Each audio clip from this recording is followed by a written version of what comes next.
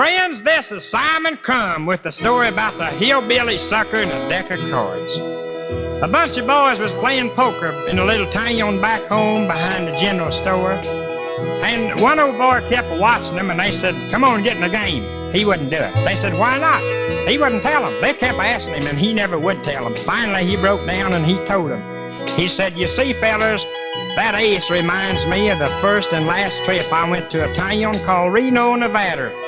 The deuce, well, that makes me think of the 2 days and nights that it took me to get to this town of one-armed bandits, card sharks, and sharpshooters. The tray, well, that's the 3 cards. That's how many there was in our party. There was 3 of us, me and my wife and another hillbilly sucker that went along with us to help us drive. The 4, well, that's the time of day that we got there, 4 o'clock in the morning, and at 4 o'clock the next morning, we were still at it. The 5, let me see the 5. Oh, I don't remember what the 5 means, but the 6, well, that's after I quit playing poker and tried that other game, you know, that long green table and you roll them things with the white spots on them down it. Well, a 6 is what I've come up on me after I rolled.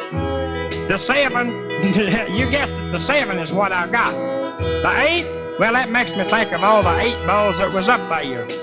9, that's a number of livestock that I sold to get enough money to get up there. There was 4 old sales, 3 white-faced heifers, and 2 shoats. The 10, well, that reminds me of the 10,000 times I wished that I'd have stayed at home. The queen, oh, that queen, that was my loving wife. It stood right by my side and lost twice as much as I did. The king, that's what I thought I'd be when I got back home with all that loot that I didn't get in with. The jack, well, that was the dirty devil with a diamond-studded tie pin and a big zircon ring on his finger that made a pass at my wife, and she was sucker enough to fall for him, caused me to knock 2 of her teeth out and send him rolling through a plate glass window. There's 4 suits in the deck of cards, fellers.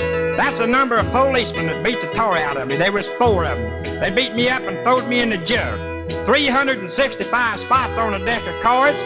Well, that's how much money I had in my pocket when they throwed me in jail. $365, and I paid it to one of them shyster lawyers to defend me, and he didn't even show up at the trial.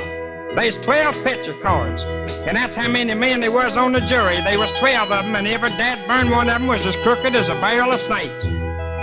52 cards in the deck, that's how many weeks that I had to spend in the jug over this little incident.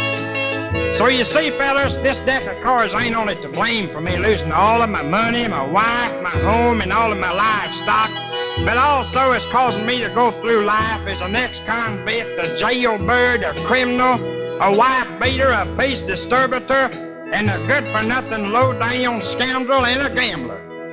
Neighbors, this ain't no fairy tale. I know, because I was that sucker. Ho, ho, well, that's life for you.